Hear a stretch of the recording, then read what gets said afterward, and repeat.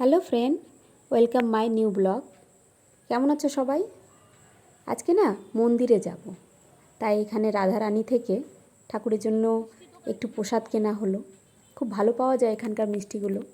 দেখো আমরা মন্দিরে এসেছি, আমার বজরংবলীর মন্দিরে। যারা আমরা মালদাবাসী তারা প্রায় সবারই এই মন্দিরটা পরিচিত, তাই না? এখানে সবাই প্রায় এসে থাকে। এখানে শ্রী রামচন্দ্র, মা সীতা আর প্রভু লক্ষ্মণের মূর্তি রাখা আছে। খুব শ্রদ্ধাভাবে সবাই খুব পুজো পাঠ করে, খুব ভালো লাগে। আর বিশেষভাবে ভালো লাগে এই মন্দিরটাতে সব ইয়াং জেনারেশনের ছেলে মেয়ের প্রচুর ভিড় দেখতে পাবে।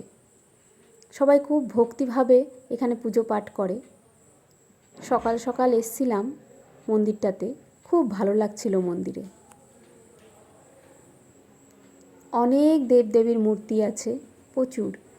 মানে শ্রীকৃষ্ণের যে এতগুলো অবতার, তার তো রূপ আছেই মন্দিরটাতে। আর অনেক দেবদেবীরও মূর্তি রাখা আছে। মা কালীর মূর্তি আছে, মায়ের অনেকগুলো রূপের মূর্তি এখানে রাখা আছে।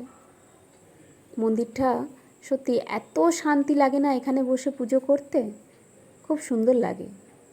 খুব শান্তিপ্রিয় একটা জায়গা। প্রায় আসার চেষ্টা করি, জানো তো, সংসারের চাপে হয়ে ওঠে না। শনি মঙ্গলবার চেষ্টা করি আসার। তো আজকে ভাবলাম শনিবার একটু সকাল সকাল যাই। পুজোতে বসেছিলাম, দেখো আমি, আমার বোন, আমার হাজব্যান্ড গিয়েছিলেন মন্দিরে। আর এখানকার যিনি পুরোহিত, তিনিও খুব সুন্দরভাবে আমাদের পুজো করালেন।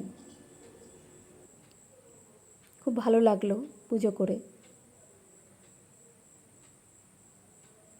ইনি আমাদের পরিচিত পুরোহিত ছিলেন, খুব ভালোভাবে পুজোটা করালেন। বজরংবলীর মূর্তিটা দেখো কি কিউট না, খুব ভালো লাগে জানো। আর সকাল সকালবেলা গেলে তো আরও সুন্দর লাগে। বাবা ভোলেনাথের এখানে মূর্তি আছে। কিন্তু না, আমাদের বাড়ি থেকে একটু দূরেই হয় বলে চটজলদি যাওয়া হয় না। সংসারের সব কাজ করে সকাল সকাল যাওয়া কঠিন হয়ে দাঁড়ায়। ইচ্ছা করে যে প্রতিদিনই যাই, জানো, একটু পুজো পাঠ সত্যিই খুব ভালো লাগে। তোমাদের মন্দিরটা কেমন লাগলো অবশ্যই কমেন্ট করে জানাবে। কেমন? প্রচুর ভিড় ছিল সেদিন, জানো। আমার বান্ধবীরা, আমার বোন, আবার বোনের বান্ধবীরাও গেছিল মন্দিরটাতে। প্রায় পুজো আমার প্রায় কমপ্লিট।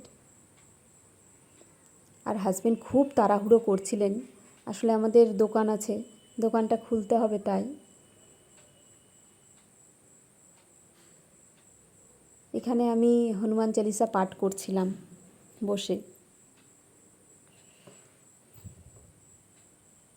খুব খুব সুন্দর জায়গাটা, খুবই সুন্দর, অপূর্ব একটা জায়গা বলতে পারো। চলো তাহলে আজকে এখানেই রাখলাম। Tata, bye bye.